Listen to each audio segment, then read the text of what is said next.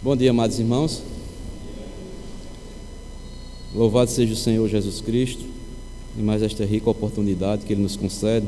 Estamos aqui mais uma vez reunidos em seu nome.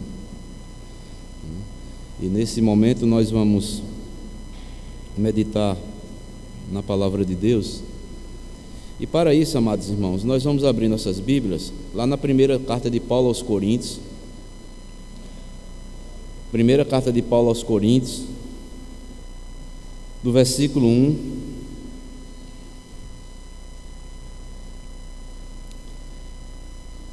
ao versículo de número 9. Leremos apenas inicialmente esses 9 versículos.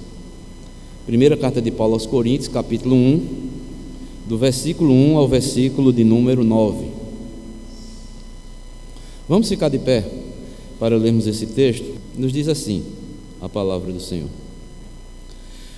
Paulo, chamado pela vontade de Deus para ser apóstolo de Jesus Cristo, e o irmão Sóstenes, a igreja de Deus que está em Corinto, aos santificados em Cristo Jesus, chamados para ser santos, com todos os que em todo lugar invocam o nome de nosso Senhor Jesus Cristo, Senhor deles e nosso. Graça a vós outros e paz da parte de Deus, nosso Pai, e do Senhor Jesus Cristo. Sempre dou graças a meu Deus a vosso respeito, a propósito da sua graça que vos foi dada em Cristo Jesus. Porque em tudo fostes enriquecidos nele, em toda palavra e em todo o conhecimento, assim como o testemunho de Cristo tem sido confirmado em vós, de maneira que não vos falte nenhum dom, aguardando vós a revelação de nosso Senhor Jesus Cristo, o qual também vos confirmará até ao fim, para serdes irrepreensíveis no dia de nosso Senhor Jesus Cristo. Fiel é Deus, pelo qual fostes chamados à comunhão de seu Filho Jesus Cristo, nosso Senhor. Amém. Podeis sentar, amados.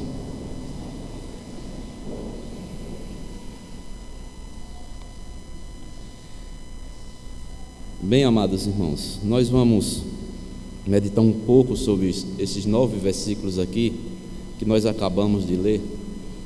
E quando nós lemos, não sei, todos quantos estão aqui já leram a primeira carta, tanto a primeira carta como a segunda carta de Paulo aos Coríntios. Estas duas cartas, ela tem mais conselhos práticos para os cristãos do nosso tempo do que qualquer outro livro na Bíblia. Estudarmos essa carta aqui de Coríntios, tanto a primeira como a segunda, é nós fazermos um diagnóstico da igreja contemporânea dos nossos dias. Pois, nesta primeira e segunda carta de Paulo aos Coríntios, nós vemos, ao mesmo tempo, as vísceras da igreja, como também as suas entranhas, o seu interior. É colocar um grande espelho, amados irmãos, diante de nós mesmos, que nós fazemos parte da igreja do nosso Senhor e Salvador Jesus Cristo. O apóstolo Paulo plantou a igreja de Corinto no final da sua segunda viagem missionária. Ele passou 1 ano e 6 meses pregando a palavra de Deus naquela cidade, e nesse tempo ele gerou todos esses cristãos aqui pelo qual ele endereça essas cartas. Se os irmãos olharem lá, Paulo, o autor de Atos dos Apóstolos, que foi o médico Lucas, lá no capítulo 18, versículo 11, vai mostrar que Paulo, ele passou 1 ano e 6 meses pregando a palavra de Deus nessa cidade chamada Corinto, e gerou esses crentes em Cristo Jesus. E depois Paulo foi para a cidade de Éfeso. Nós sabemos que Éfeso, geograficamente, ela fica na Ásia Menor. E de lá ele mandou esta carta para a igreja de Corinto, porque havia uma problemática na igreja. A igreja estava vivendo de forma... Alguns problemas estavam acontecendo naquela igreja. E Paulo tomou conhecimento desses problemas, já estava em Éfeso, por intermédio de uma irmã chamada Cloe. Se os irmãos olharem aí, no versículo 11 desse mesmo capítulo 1, Paulo diz o seguinte: pois a vosso respeito, meus irmãos, fui informado pelos da casa de Cloe que há contendas entre vós. Então, Paulo toma este conhecimento. É quando Cloe visita Paulo em Éfeso, leva as informações da igreja para Paulo, pois a igreja de Corinto estava acontecendo vários problemas.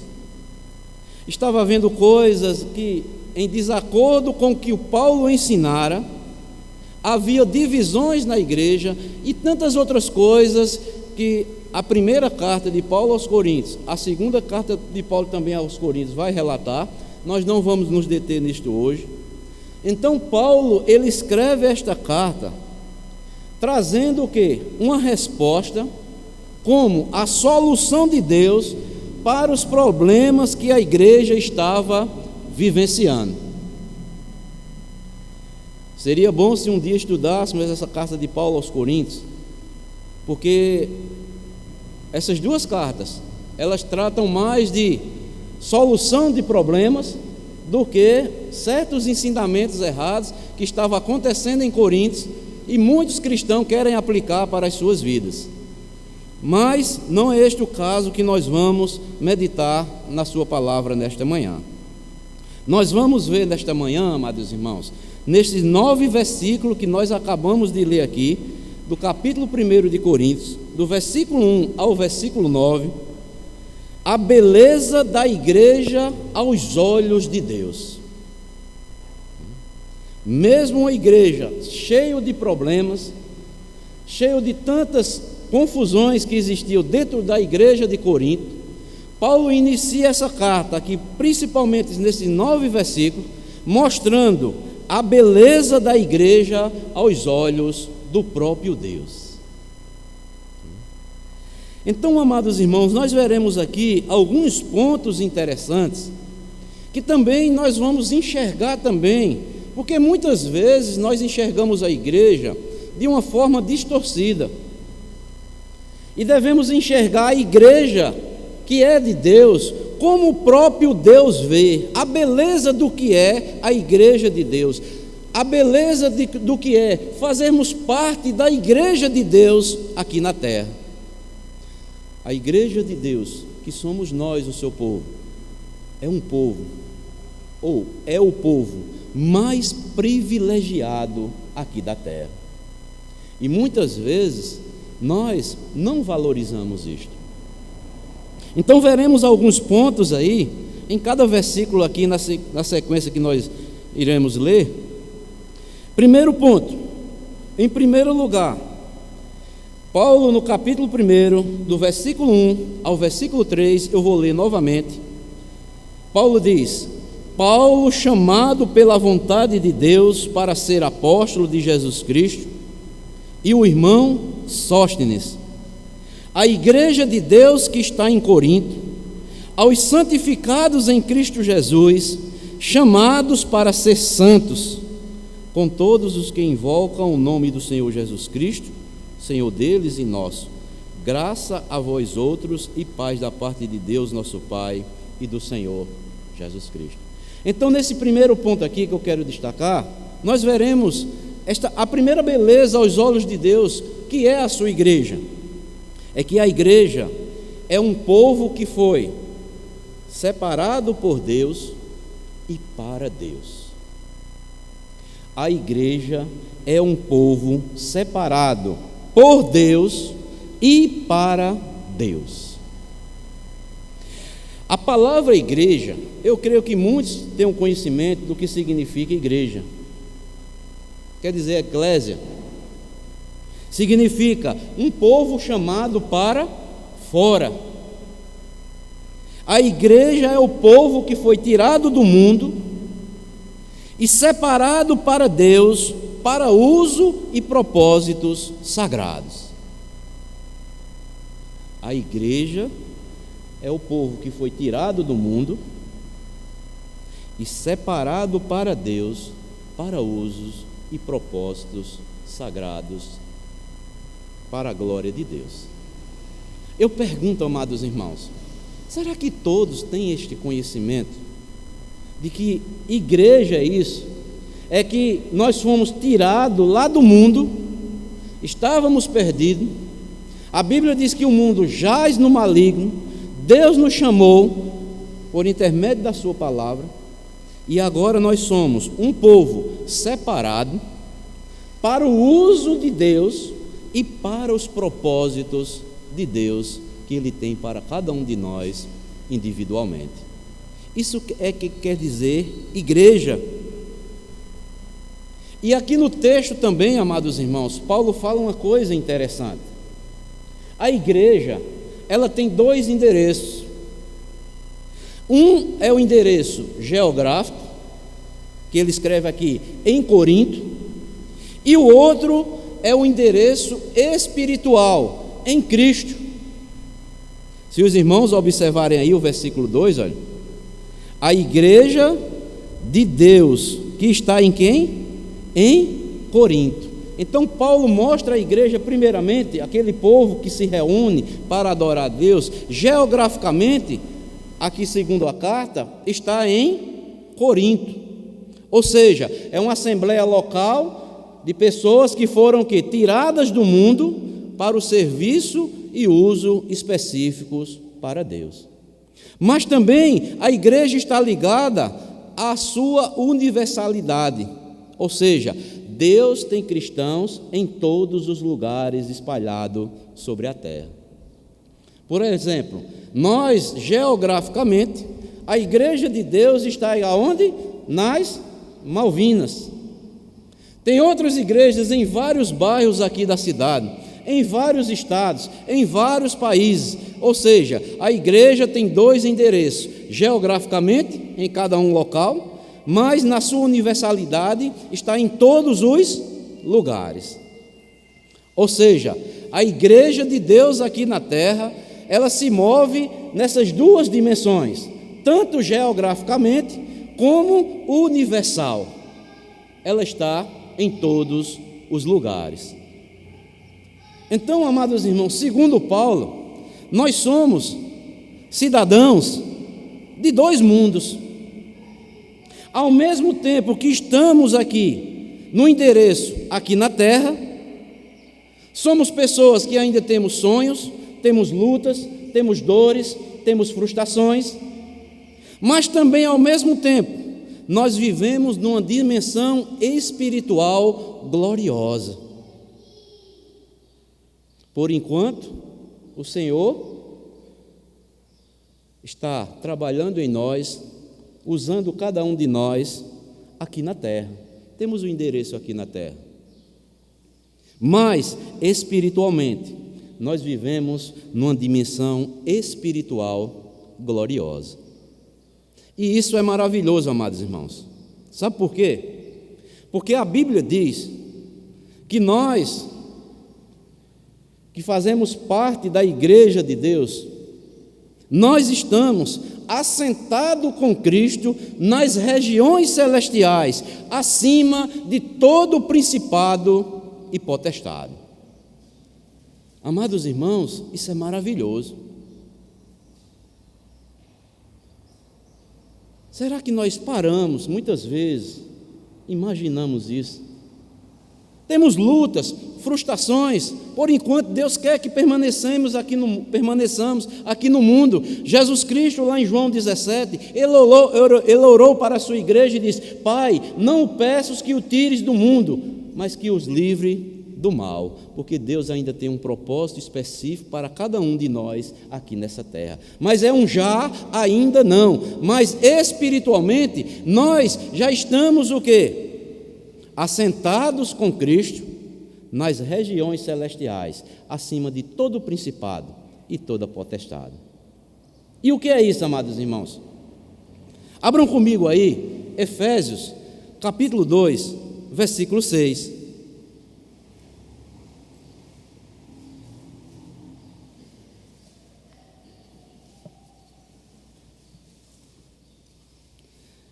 Não desmarquem aí Corinto, viu? Efésios 2, versículo 6.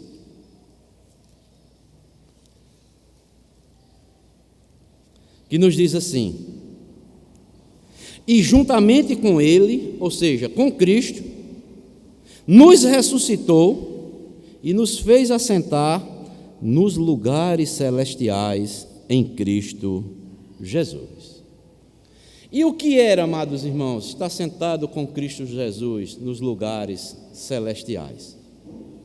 Meus amados irmãos, Deus, aqui na terra, como nós somos um povo que fomos separados por Deus e para uso e propósitos divinos, Deus usa cada um de nós, porque pela igreja de Deus é que todo principado, toda potestade está aprendendo com a igreja todos os mistérios que outrora estavam ocultos em Deus. E agora em Cristo Jesus, Deus já nos deu o quê? Todo conhecer, e através de nós, todos os principados, todas as potestades estão aprendendo com a igreja de Deus, aprendendo os mistérios de Deus que outrora estavam ocultos.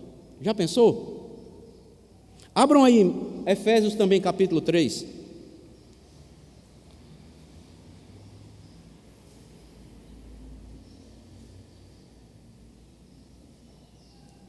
A partir do versículo 8. Veja o que é que Paulo vai dizer.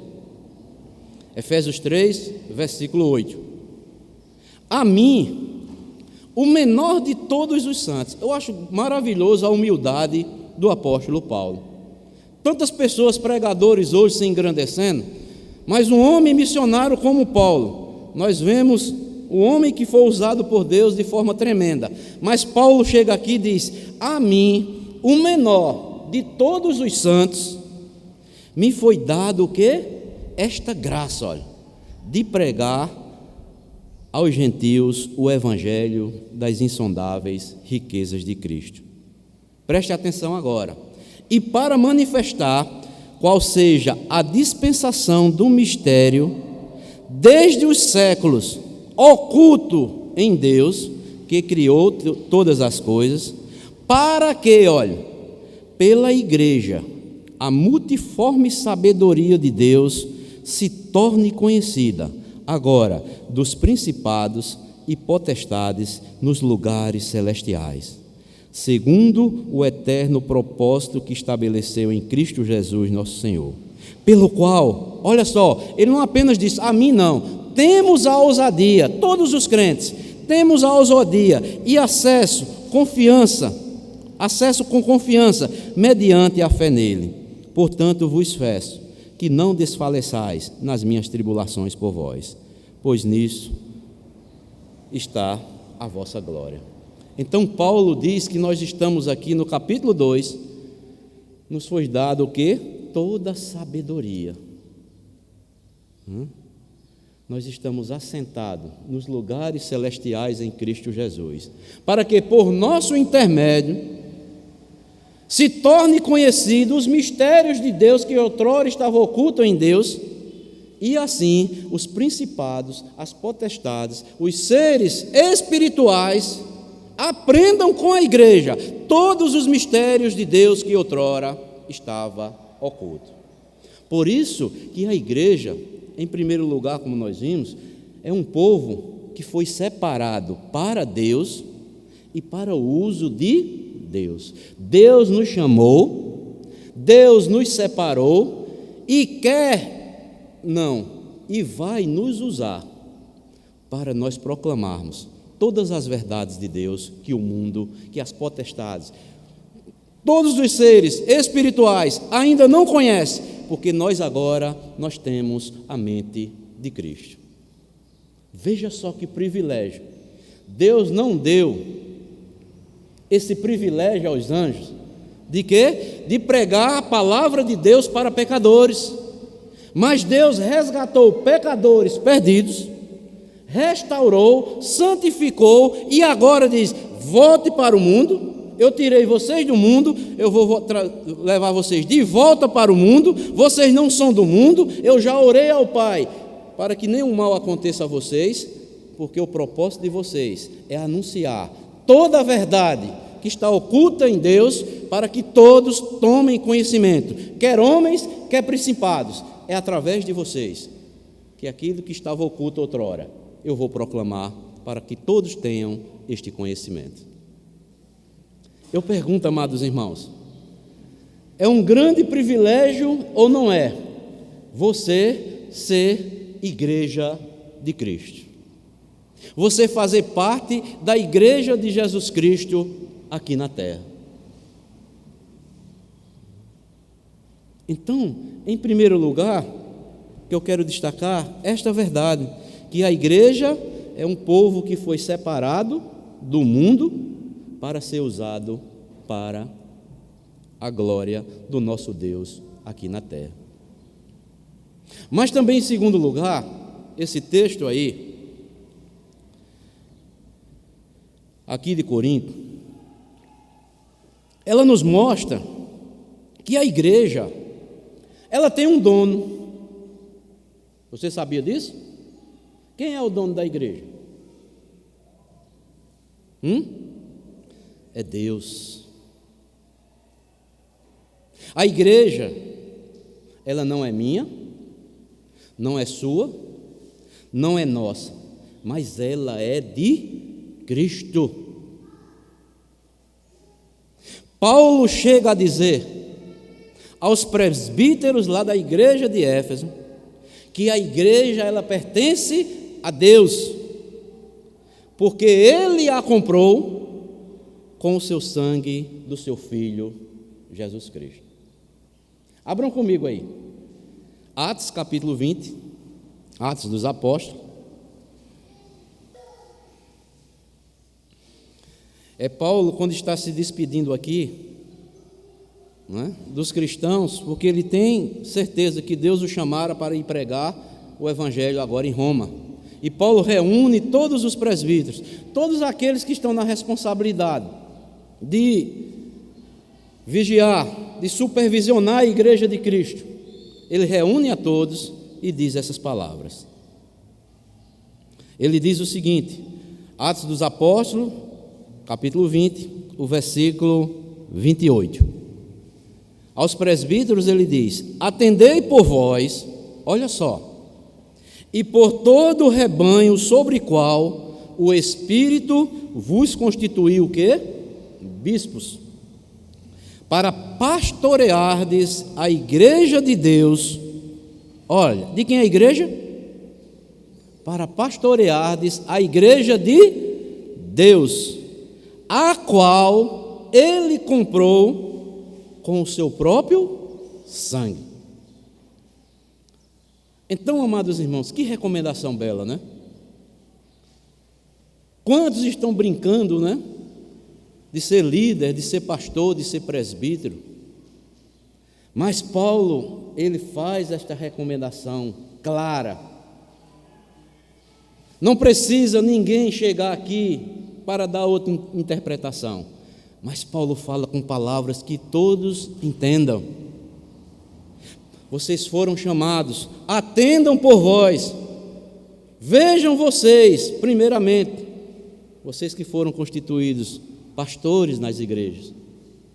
Atendam o chamado de Deus, porque vocês foram chamados para pastoreados a igreja de Deus, a qual Ele comprou pelo seu próprio sangue. E por que o apóstolo Paulo faz essa recomendação? Vamos ler os versículos seguintes? Olha o que é que Paulo vai dizer no versículo 29. Eu sei que depois da minha partida, Olha só, ela vem lá de fora? Não. Ele diz: entre vós penetrarão o quê?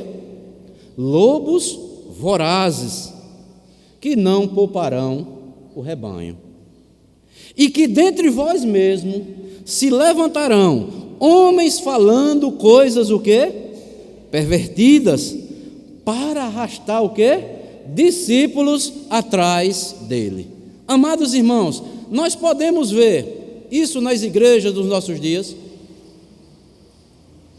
Homens falando que foram incumbidos de responsabilidade para pastorear a igreja de Deus, e eles o quê? Estão se levantando, falando coisas pervertidas para arrastar discípulos para si e não discípulos para Jesus. Nós podemos ver isso ou não? Veja como a Bíblia ela é atual. Por isso que ela é o quê? A palavra de Deus. Portanto, olha o que ele diz: vigiai, lembrando de que por 3 anos, olha só, amados irmãos, noite e dia, não cessei de vos admoestar, com lágrimas a cada um.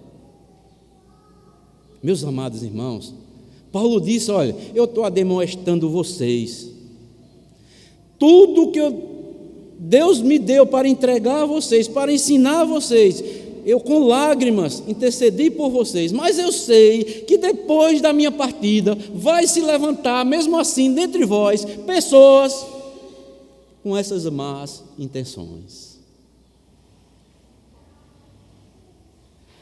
E ele continua: agora, pois, encomendo-vos ao Senhor e à palavra da sua graça, que tem poder para vos edificar e dar herança entre todos os que são santificados.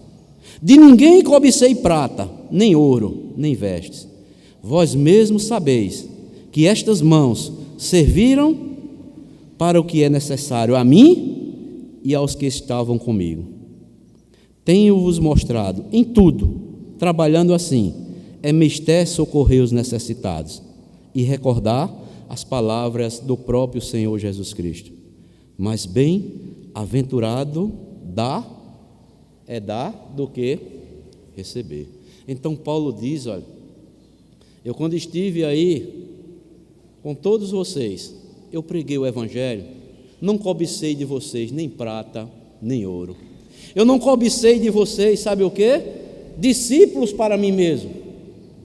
Mas apenas eu estou exercendo a minha função, que me foi concedida pelo Senhor Jesus Cristo, para que eu supervisione o rebanho que é dele. O rebanho não é meu. A igreja pertence a Deus. Paulo tinha esta convicção. Por isso que aqui aos Coríntios, ele chega primeiro a dizer: a igreja de Deus que está em Corinto. Por que Paulo inicia a carta dizendo isso? Porque havia divisões. Se você continuar no capítulo 1 aí, havia várias divisões da igreja. Tinha vários partidos dentro da igreja. Uns dizendo que era de Cristo, outros dizendo que era de Paulo, outros dizendo que era de Apolo, outros dizendo que era de Pedro. E Paulo vai começar a sabedoria dada por Deus ao apóstolo Paulo. Ele inicia essa carta dizendo que a igreja que está em Corinto, os que foram tirados do mundo, pertencem a Deus, não pertencem a Paulo, não pertencem a Apolo, não pertencem a Pedro, não. Eles pertencem a Jesus Cristo, porque foi Ele que comprou todos nós com o seu sangue e nos santificou para Deus. Eu pergunto, amados irmãos, será que a igreja, será que muitos líderes dos nossos dias têm essa visão? Tem pessoas que querem se apropriar das ovelhas de Jesus Cristo como sendo o quê? Propriedade sua. Mas as ovelhas de Jesus Cristo, elas pertencem a um pastor supremo que é Jesus Cristo. Apenas temos o dever, sabe de quê? Supervisionar e vivermos em comunhão uns com os outros para a edificação do corpo de Cristo aqui na terra. Então, meus amados irmãos, vejam só, Paulo mostra aqui em segundo lugar que a igreja, ela tem um dono, a igreja de Deus que está em Corinto. Ou seja, Não se trata, portanto, da igreja de Corinto, mas Paulo fala da igreja de Deus que está em Corinto. E alguém já disse uma coisa interessante, eu achei maravilhoso. Diz o seguinte: Deus nunca passou nenhuma procuração para pastores, presbíteros, diáconos ou qualquer outro membro. Jamais transferiu direito de posse da igreja a ninguém, porque a igreja pertence a Cristo. A igreja de Cristo. Ele não passou nenhuma procuração para ninguém. Ele não transferiu direito de posse para ninguém da igreja, porque a igreja pertence, sabe a quem? A Cristo, porque foi por Ele que derramou seu sangue, que nos reuniu e nos formou um só corpo na pessoa de Cristo, pelo qual Ele é o cabeça. A igreja só tem um dono, se chama Jesus Cristo. Nós somos apenas o quê? Servos e servas que Ele nos deu, dons, vocações para desenvolvermos para a glória de Deus. Não é? Como eu falei, o presbítero João Soares está falando, Paulo não vem lá de fora não, dentro de vós mesmo é que surgirão. Eu pergunto aos irmãos, será que Paulo não via isso em alguns? Mas ele cria e descansava na soberania de quem? De Deus. Então isso serve o quê? De aprendizado para nós. Quando surgir pessoas dissimuladamente falando coisas pervertidas, como Paulo diz, querendo arrastar discípulos para si, né? O que é você querer trazer discípulos para si? É você se achando, né? Como se diz na linguagem de hoje, né? Você se achar que é o único que prega a verdade, é o único que sabe ensinar, ou tantas outras coisas. Os holofotes têm que estar voltados, sabe em quem? Nele. Paulo diz, não é assim não. Como nós vemos lá em Éfeso, Paulo diz, a mim, o menor de todos os santos. Eu pergunto aí, amados irmãos, Paulo sabia pregar? Ele sabia ensinar? Foi um homem usado tremendamente por Deus? Foi um homem que chegou diante da igreja lá de Roma, ele disse, irmãos, nós não sabemos orar como convém. Já pensou, se um líder aqui dos nossos dias chegassem a dizer isso em vários púlpitos, nas igrejas, dissesse, irmãos, nós não sabemos orar como convém. E aí? Será que Paulo seria aceito? Mas Paulo diz que segundo Deus é que o Espírito Santo intercede por nós com gemidos inexprimíveis. O que é gemido, amados irmãos? Vamos ver, o que é um gemido? Eu vou dar um exemplo aqui. Você quando está com uma dor bem grande, bem profunda, você faz o quê? Por que você geme? Porque você não sabe mais o que fazer. Você já tomou toda a medicação. Gemido é algo que nós estamos passando, que nós não temos nem como expressar, seja em palavras, seja de qualquer outra forma. Só sei que meu dente está doendo. Só sei que a dor de cabeça é profunda. Já tomei tanta medicação. Eu só estou agora gemendo. Eu não tenho palavra para expressar. Então chega um momento que nós cristãos, nós não sabemos orar como convém. E o próprio Espírito Santo de Deus, amados, veja o amor de Deus pela sua igreja. Ele ora para nós, o povo de Deus, diante de Deus, segundo Deus, com gemidos. Mas eu pergunto, será que o Espírito Santo, ele não sabe expressar palavras diante de Deus? Mas Paulo diz que ele intercede por nós com gemidos inexprimíveis.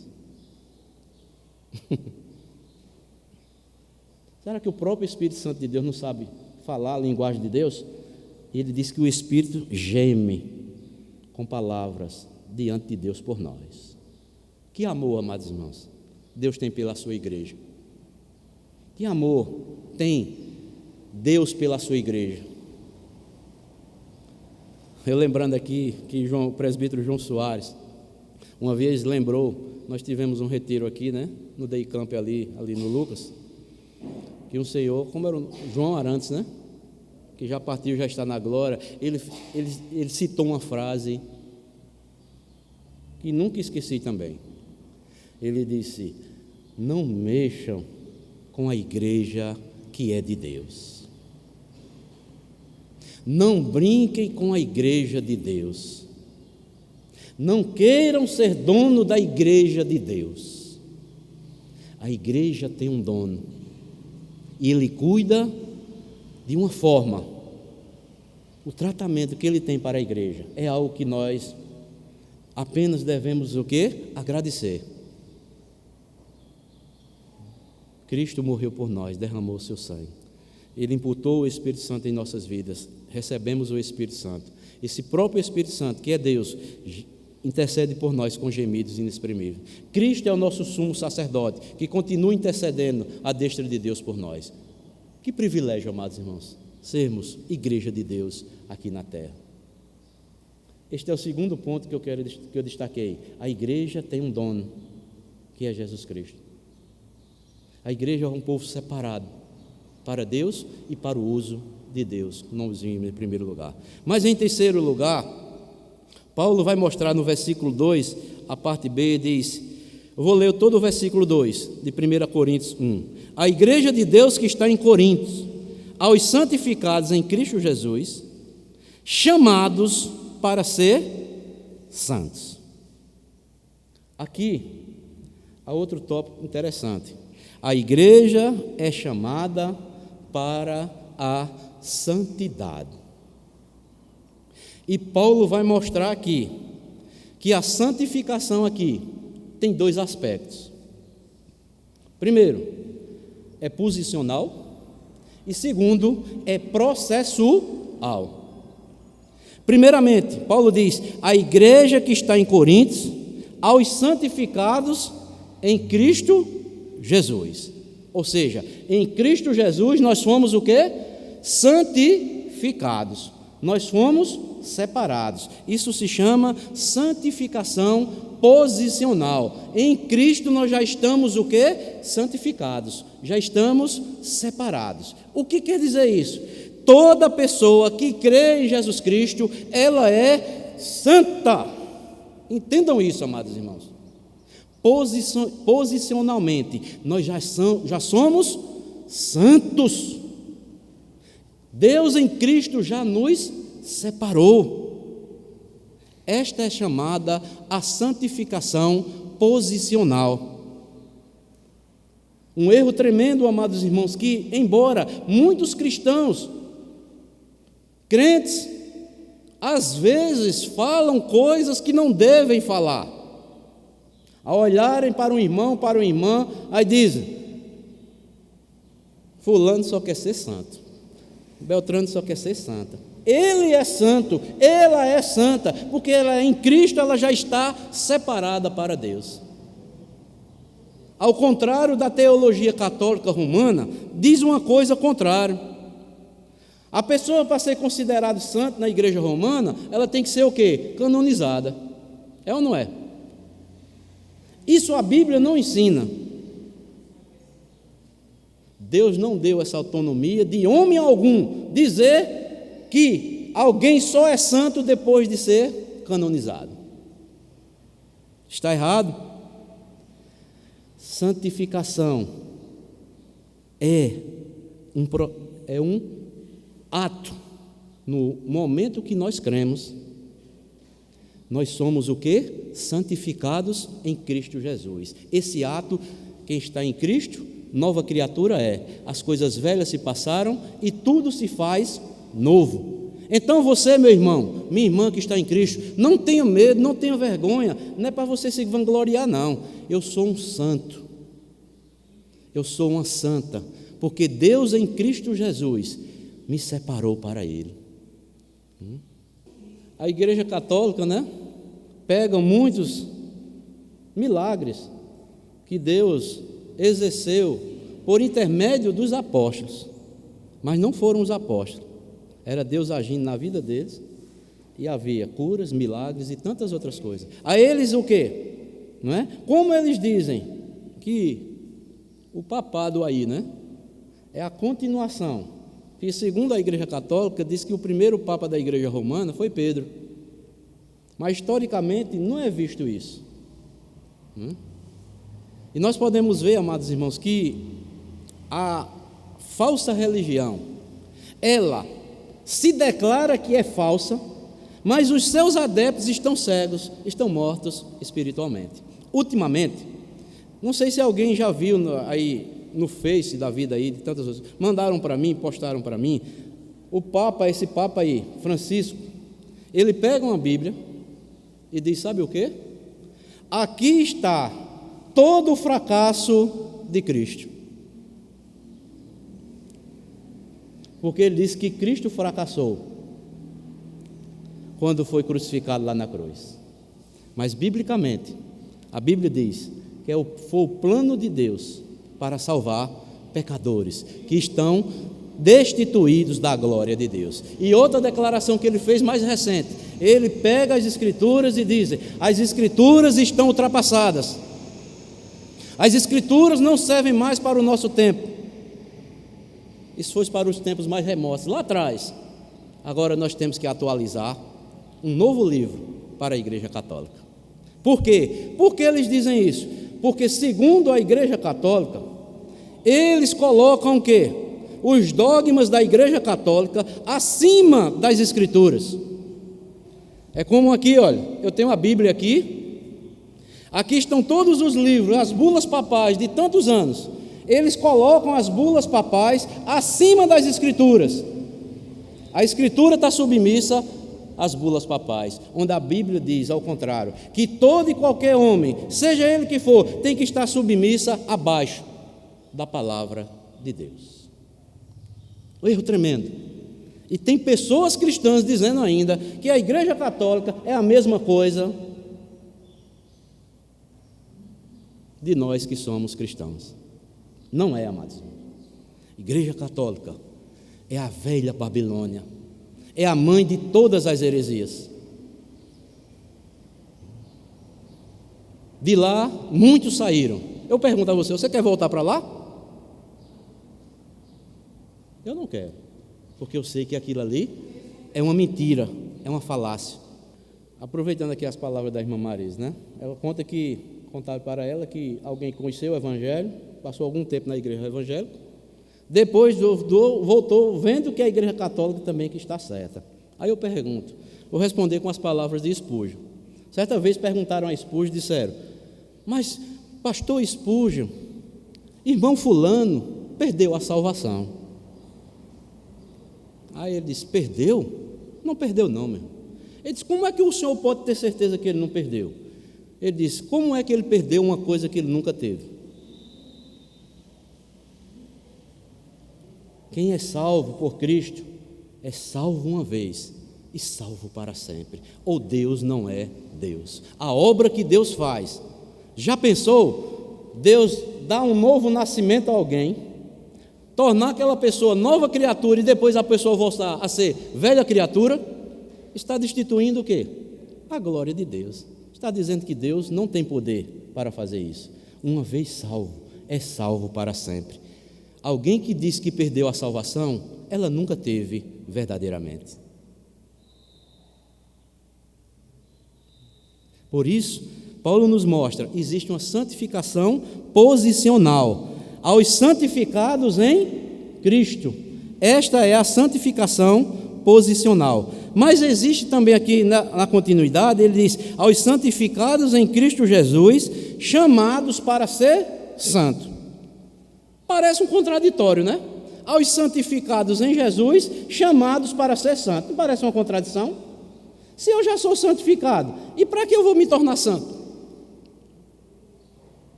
Aí é a santificação o quê? Processual. O que é isso? A primeira santificação é posicional. Em Cristo nós já estamos separados. A segunda é um processo, processual. Ou seja, quem está em Cristo agora é chamado para andar como Cristo andou, é para falar como Cristo falou, é para viver como Cristo viveu. Abram comigo aí, 1 de Pedro, capítulo 2.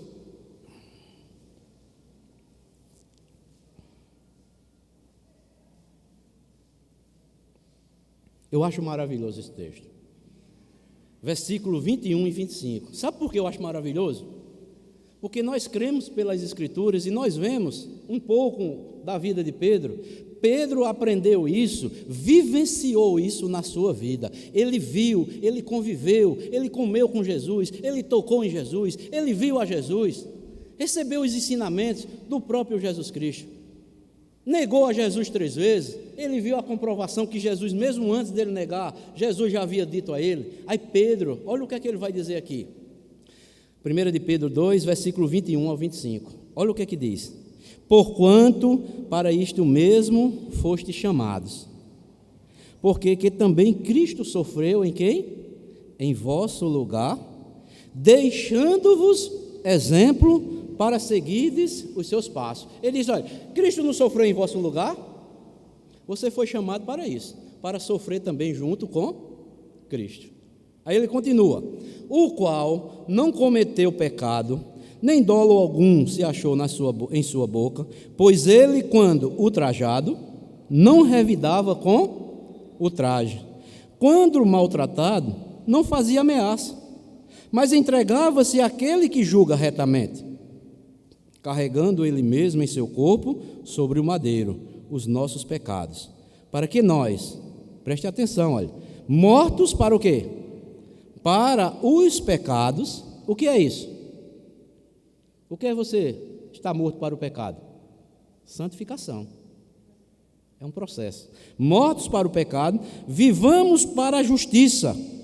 Por suas chagas fostes sarado. Aí você pode dizer, olha, mas eu não tenho condição. Você não tem condição mesmo não. Você tem que clamar a graça de Deus na sua vida. Aí Pedro vai dizer, olha, porque estáveis desgarrados como ovelhas, agora porém, olha o que Pedro vai dizer, vos convertestes a quem? Ao pastor e bispo da vossa alma. Quem é esse pastor e bispo da nossa alma? É Cristo Jesus.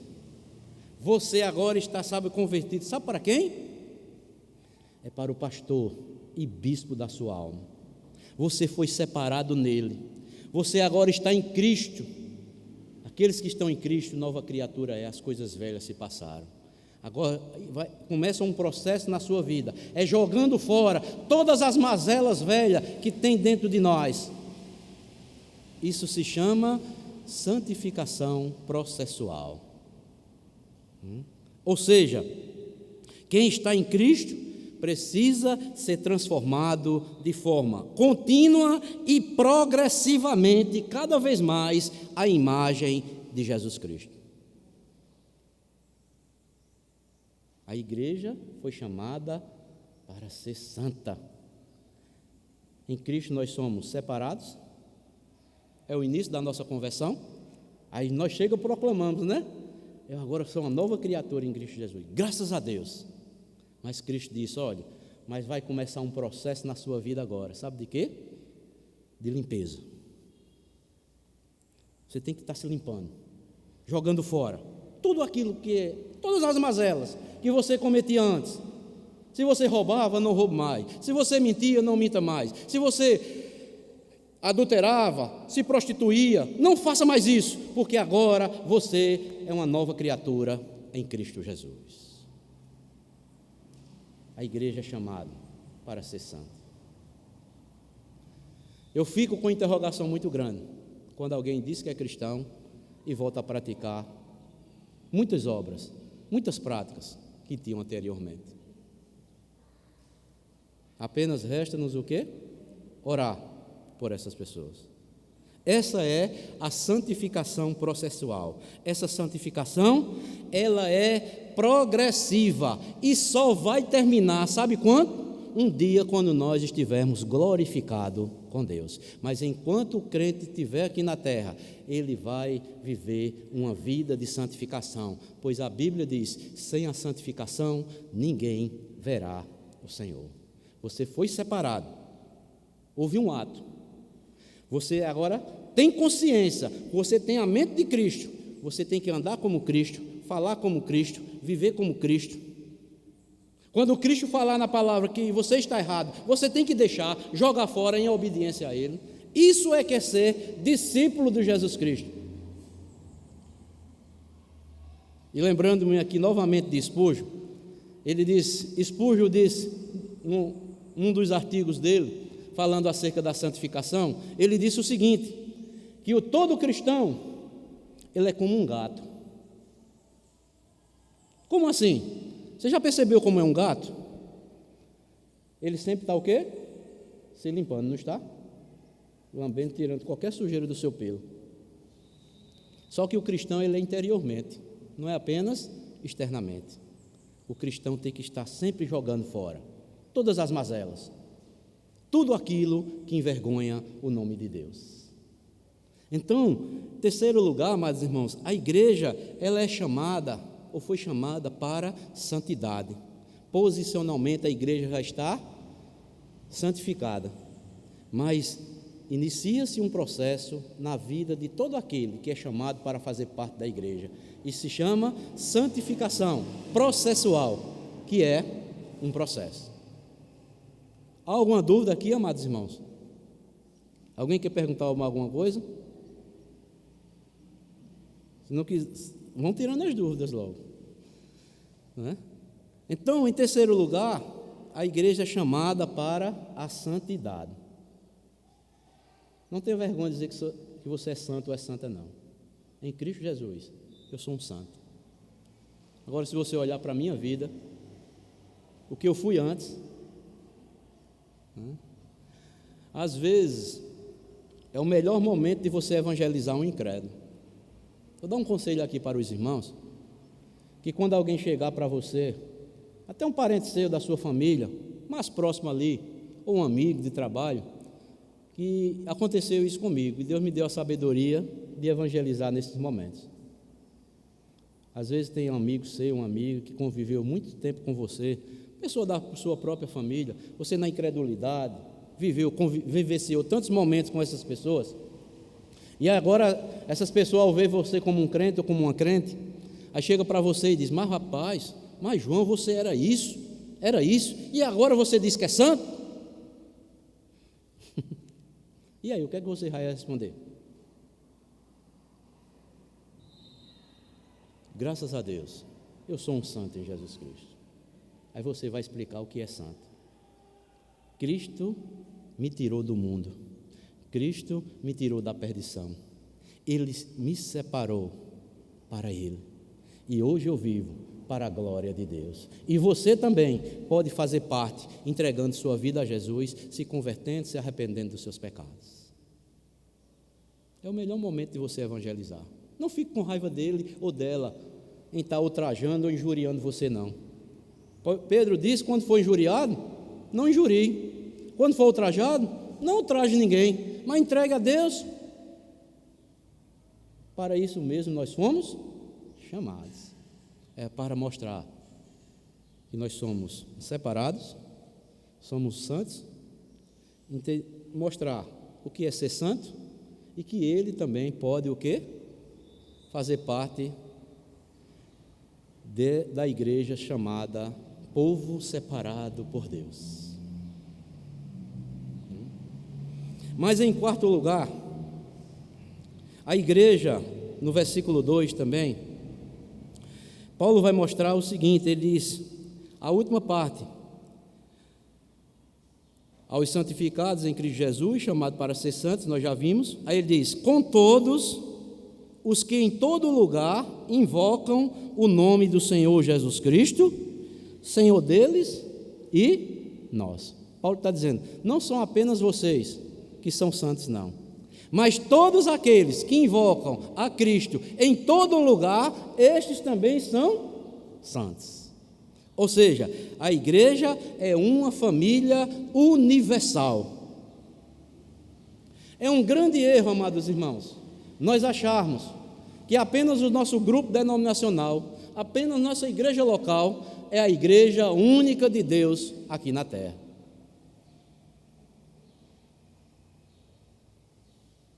pode até vir a petulância de acharmos que nós somos os únicos salvos e os únicos que herdarão os céus.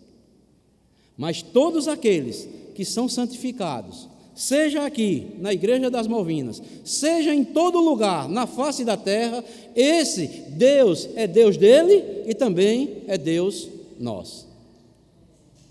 Né?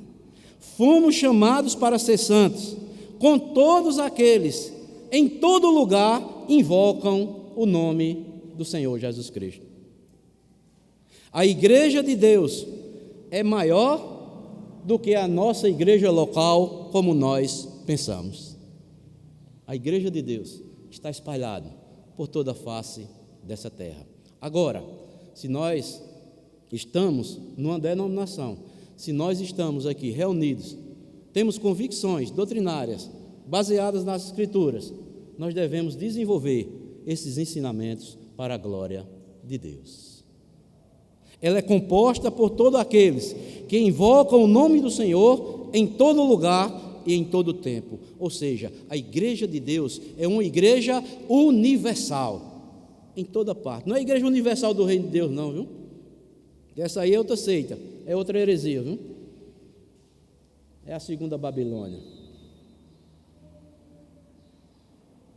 Se você está em Cristo, pertence a uma família que está espalhada por todo o mundo, você faz parte desse povo que está espalhado por toda a terra. Mateus capítulo 7.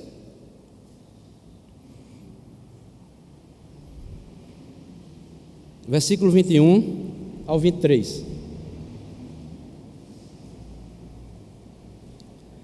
Nem todo o que me diz, está invocando ou não?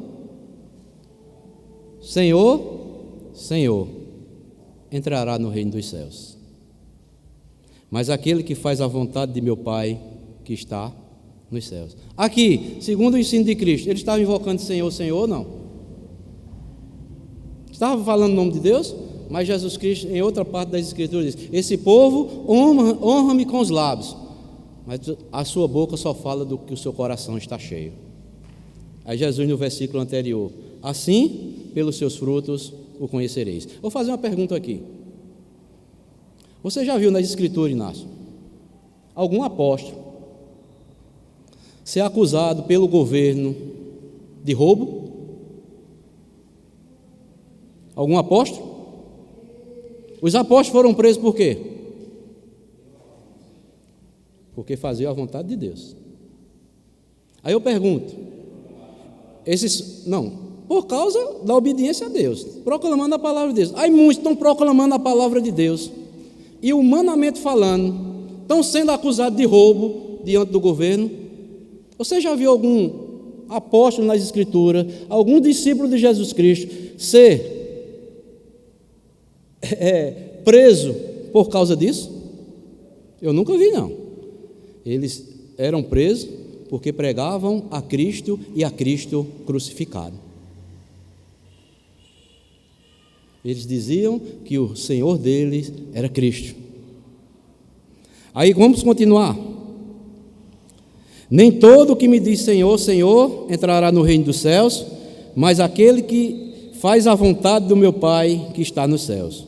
Muitos naquele dia hão de dizer-me, vamos lá, Senhor, Senhor, não temos nós profetizado em teu nome? Nós não estamos proclamando tua palavra, Senhor. Em teu nome nós não expelimos demônios, e em teu nome não fizemos muitos milagres. Olha só, profetizavam, pregavam a palavra, estavam invocando o nome de Deus ou não? Expeliam demônios, fizeram muitos milagres. E qual foi a resposta? Eita, os homens são de Deus, não são? Mas Jesus vai dizer aqui: então lhes direi explicitamente: nunca vos conheceis. Olha só, apartai-vos de mim, os que praticais a iniquidade. Meus amados irmãos, isso é algo profundo. Sabe o que é isso? Você passar toda uma vida com a Bíblia debaixo do braço, pregando a Bíblia, E até vendo até sinais, prodígios que Deus permitiu. Deus está permitindo. Mas lá no final, quando chegar, dizer: nunca conheci vocês não. Eu nunca mandei vocês fazer isso. Porque vocês estavam fazendo movido na iniquidade que está nos seus corações. Nunca foi para me glorificar. Vocês estão fazendo isto aí para amontoar tesouros aqui na terra, mas eu digo que vocês têm que amontoar tesouro nos céus. Eu nunca conheci vocês. Então, o dia que compareceremos diante de Deus é quem vai dizer toda a verdade. Porque Jesus Cristo, se você pegar os versículos 15 até o 20, ele vai mostrar o seguinte: olha, acautelai-vos dos falsos profetas. Veja aí o que é que diz: que vos apresentam disfarçado o quê? Em ovelhas, mas por dentro são o quê? Lobos roubadores. O que foi que Paulo disse? Eu sei que depois da minha partida vai se levantar muito no meio de vós como o quê? Não vão poupar o rebanho. Pelos frutos os conhecereis. Aí ele vai mostrar uma coisa: colhes porventura uvas de espinheiro ou figos de abrolhos? Será que num pé de uva você só vai trazer outra fruta a não ser uva? Não, vai ter que produzir uva. O cristão, ele vai demonstrar que ele é um cristão através da sua vida diante de Deus e diante dos homens. E Jesus Cristo diz: vocês sejam sal, sejam luz na terra, para que os homens vejam as vossas boas obras e glorifiquem a você, Não, e glorifiquem ao vosso Pai que está nos céus. Então, amados irmãos, nós devemos viver uma vida de santidade, não é para trazer honra, glória para nós não, é para que vivamos para Cristo e os bons frutos possam ser vistos nas nossas vidas e os outros venham glorificar a Deus. A glória não é para cada um de nós, a glória é de Cristo. E lá no início do capítulo 1 de Isaías, sabe o que é que Deus disse para o povo dele naquela época? O boi conhece o seu possuidor, mas o meu povo ouve e faz que não me conhece. Ele diz: e onde eu estou como Deus na vida desse povo? Aí quando chega lá no versículo 18, se não me falha a memória, do primeiro capítulo, diz: vinde, arrazoemos e vejam se vocês não estão errados e eu quem estou certo. Venham para mim e vocês se tornarão limpos como a neve. Só os pecados podem estar como um carmesim, eles se tornarão limpos como a neve. Mas eles dizem: não iremos. Então vejam só, amados irmãos, aqui, deu para entender, Inácio? Deu? Então, isso não quer dizer, olha, veja só, porque quando nós estamos falando de santidade, pode alguém estar entendendo que eu estou dizendo que só nós é que somos salvos. Não é isso não, viu, meu irmão? Cada um é responsável individualmente, mas pelos frutos de cada um, Deus os conhece, certo? Cada um prestará contas a Deus. Agora, existem ensinamentos que são claros, que são contrários à vontade, contra a vontade de Deus. Então, vejam só, uma coisa, eu vou falar aqui para os irmãos. Uma coisa é se ter informação acerca de quem é Deus, o que Deus é, e você ainda não conhecer a Deus. Você sabia disso? Você pode ter muita informação de quem Deus é, o que Ele faz, ou tantas outras coisas, e você não ter o conhecimento verdadeiro quem é Deus. Sabe como é que nós podemos provar que conhecemos a Deus? Quando nós vivenciamos aquilo que Ele está nos ensinando. Você pode ler centenas de livros, livros e mais livros, informações e mais informações, mas se você não vivenciar o que a Bíblia está lhe ensinando, é uma demonstração que você não conhece verdadeiramente quem é Deus. Vida com Deus, conhecimento de quem é Deus, é você aplicar para a sua vida o que você está recebendo dele. Como é que eu digo que eu conheço a Deus e vivo numa vida totalmente depravada e tantas outras coisas, continuo um mentiroso, continuo um adúltero e tantas outras coisas? Você pode ter muita informação de quem é Deus, o que ele faz, o poder dele, mas você não tem o conhecimento verdadeiro de quem é Deus, porque se você, eu ou você, conhecermos a Deus, o verdadeiro temor vai habitar dentro do nosso coração. O temor do Senhor é o quê? O princípio da... Você pode ter a sabedoria que tiver, se você não tiver o devido respeito a Deus, o devido temor a Deus para o que Deus está lhe mostrando, você não tem a verdadeira, ou não possui a verdadeira sabedoria. Amados, nós vamos concluir aqui, né? A nossa vida de santificação é um processo. Agora, sabe o que é que acontece muitas vezes? Que as pessoas querem o quê? Adiantar esse processo. Não querem viver o dia a dia o que Deus está lhe mostrando. Os irmãos estão entendendo o que eu quero falar? É aquela coisa, você recebe tantas informações de quem é Deus, aí você já se acha que conhece e sabe quem é Deus. Mas Deus diz, eu vou lhe provar na prática. E Deus vai colocar eu e você diante de situações para ver se nós conhecemos e sabemos quem é verdadeiramente Deus, se a verdadeira sabedoria habita no meu e no seu coração. Conhecer a Deus, ter informações acerca de Deus é uma coisa, e dizer que tem o verdadeiro conhecimento de Deus é outra coisa. Quando eu digo que eu tenho o verdadeiro conhecimento de Deus, a sabedoria de Deus está sendo visto na minha vida e também na sua, certo? Vamos adiantar aqui, eu vou ficar pelo menos o quinto ponto. Eram 7 pontos, mas eu vou parar aqui, já está adiantado. Versículo 4 e o versículo 6 aí, que Paulo vai dizer, ao 6, de 1 Coríntios, que diz: sempre dou graças ao meu Deus a vosso respeito, a propósito da sua graça que me foi dada em Cristo Jesus.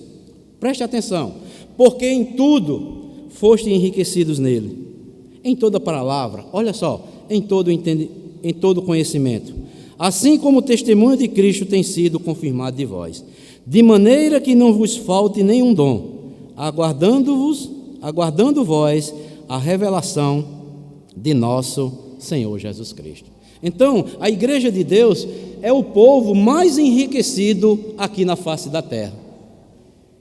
Paulo diz que os cristãos de Coríntios, eles foram enriquecidos em toda palavra e em todo conhecimento. Mas o povo estava vivendo de uma forma como que não tivessem esse conhecimento. Paulo chega a dizer também que nessa igreja não faltou nenhum dom que Deus concedesse para essa igreja. Mas como é que estava a situação em Coríntios? Eles estavam o quê? Achando-se o quê? Cada um superiores a si mesmo. Começa com os partidos dentro da igreja, dizendo que um era de um partido, outro dizendo que era de outro. Quando você vai mais adiante, no capítulo 3, Paulo vai dizer que não deu de beber a eles, porque eles não podiam suportar toda a palavra de Deus, porque eles estavam como beber em Cristo Jesus, brigando, disputando um com os outros, como que achando que fossem superiores a si mesmos. Quando chega lá no capítulo 5, estava acontecendo um caso dentro da igreja, que o enteado estava possuindo a própria madrasta. E Paulo vai dizer: vocês dizem que são tão espirituais, será que não há um entre vós que se levante e que tire aquele que tal ultraje praticou? Como é que vocês dizem que tem conhecimento da palavra de Deus? Um enteado está possuindo a própria madrasta dentro da igreja, toda a igreja está sabendo, eu tive por informações da mão de Clói, e vocês continuam dizendo que são espirituais? Como é que vocês são espirituais?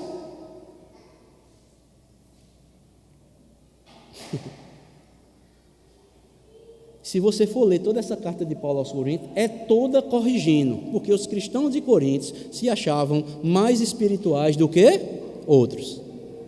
E Paulo vem o quê? Corrigindo todos esses erros. Mas Paulo diz que a igreja de Corinto, embora praticando tais atos, eles receberam todo o conhecimento da palavra, os dons que Deus deu a eles, nenhum faltou, nenhum dom, mas eles estavam agindo como crianças em Cristo. E Paulo diz aos crentes, que nós, cristãos, nós já somos o quê? Enriquecidos por Deus, porque a palavra de Deus está em nossas mãos. A igreja de Corinto, ela recebeu riqueza na palavra, no conhecimento e na capacitação dos dons.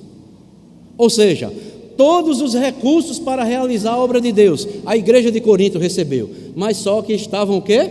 Paulo estava escrevendo como era que o quê? A igreja deveria se comportar primeiramente diante de Deus. Primeiramente, a igreja foi um povo, só voltando para entender, foi um povo que foi tirado do mundo, separado para Cristo. A igreja tem um dono que é Cristo, não é? Como nós vimos. Mas também nós vimos que a igreja foi chamada para ser santa. E Paulo diz, agora, desenvolvam as suas funções naquilo que vocês estão recebendo da parte de Deus. Porque Deus tem sido misericordioso. Deus tem dado todo esse conhecimento a vocês. Aí eu quero finalizar aqui, amados irmãos, fazendo uma aplicação para as nossas vidas. Me diga uma coisa, tem faltado alguma coisa para a Igreja das Malvinas realizar a obra de Deus? Tem?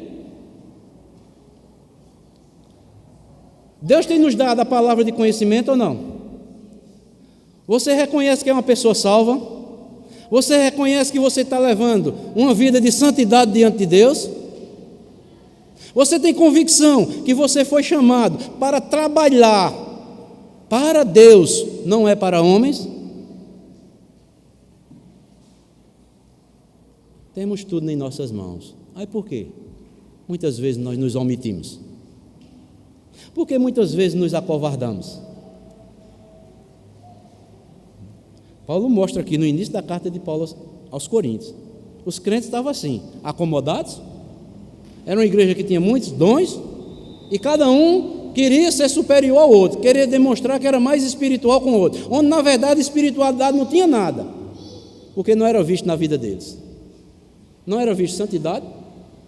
O povo estava enganado, achando que a igreja era de Paulo, ou de Apolo, ou de Cefas. A igreja tem um dono, a igreja é de Cristo.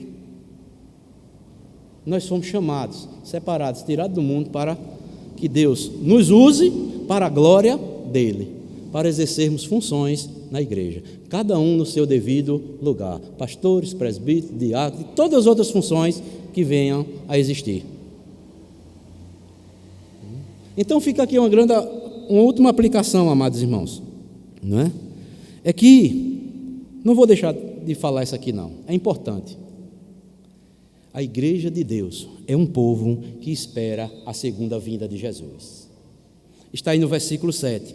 De maneira que não vos falte nenhum dom, aguardando vós a revelação de nosso Senhor Jesus Cristo. A igreja do Senhor é um povo que espera a segunda vinda de Jesus. Eu pergunto a você, você está vivendo em função de quê como um cristão aqui na terra? Como que você vai viver todo o tempo aqui, Ou a sua maior aspiração é que Jesus Cristo volte e lhe leve para sempre? A igreja, amados irmãos, dos nossos dias, ela está vivendo, sabe como que o quê? Como que vai viver todo o tempo aqui na terra.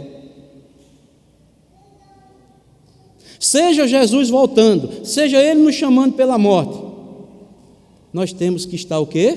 Vivendo em santidade, trabalhando em harmonia, vivendo para a glória de Deus. Aí olha uma coisa interessante. O que é que motiva a igreja a ser mais santa? Vou fazer uma pergunta aqui para os irmãos. O que é que motiva a mim e a você sermos mais santos? Alguém pode responder? O que é que motiva você a ser mais santo? Os ensinamentos de Cristo para a vida dele.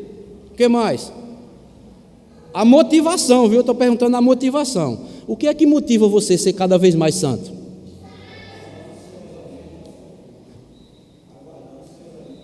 Porque eu estou aguardando a vinda do meu Senhor. Porque Ele diz, sem santificação ninguém verá o Senhor. A minha motivação para ser um santo, me santificar dia após dia, me separar de tudo quanto é impuro, a motivação principal é essa, meus irmãos. Porque eu vou me encontrar com o meu Senhor. Seja Ele me chamando pela morte, seja Jesus Cristo vindo, a minha maior motivação para me santificar deve ser essa. Sabe por quê, amados irmãos? Vejam só. Quando um crente vive nessa expectativa, que ele está aguardando a Jesus Cristo mesmo voltar, ele vai se santificar cada vez mais. Agora, quando um crente não tem essa expectativa, a aspiração da sua vida não é a volta de Jesus Cristo, sabe como é que ele vai viver? De forma relaxada. Mas se eu vivo em santificação, eu estou buscando a santificação diariamente em minha vida, isso está demonstrando, sabe o quê? Que é a coisa que eu mais aspiro, sabe o que é?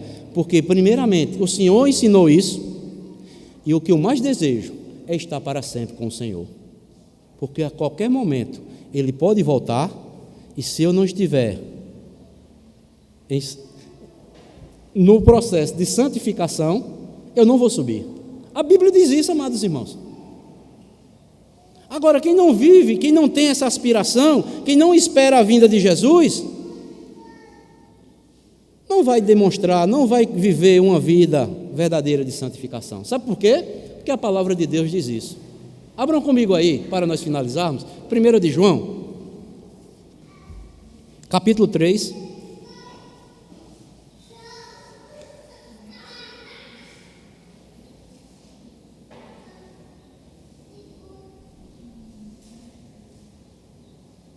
Versículo 2. Vou ler do versículo 1 até o versículo 4. Que diz assim: Vede que com grande amor nos tem concedido o Pai, ao ponto de sermos chamados o quê? Filhos de Deus. E de fato, somos filhos de Deus. Por essa razão, o mundo não nos conhece, porquanto não conheceu Ele mesmo. Amados, agora somos filhos de Deus, preste atenção, viu? E ainda não se manifestou o que haveremos de ser.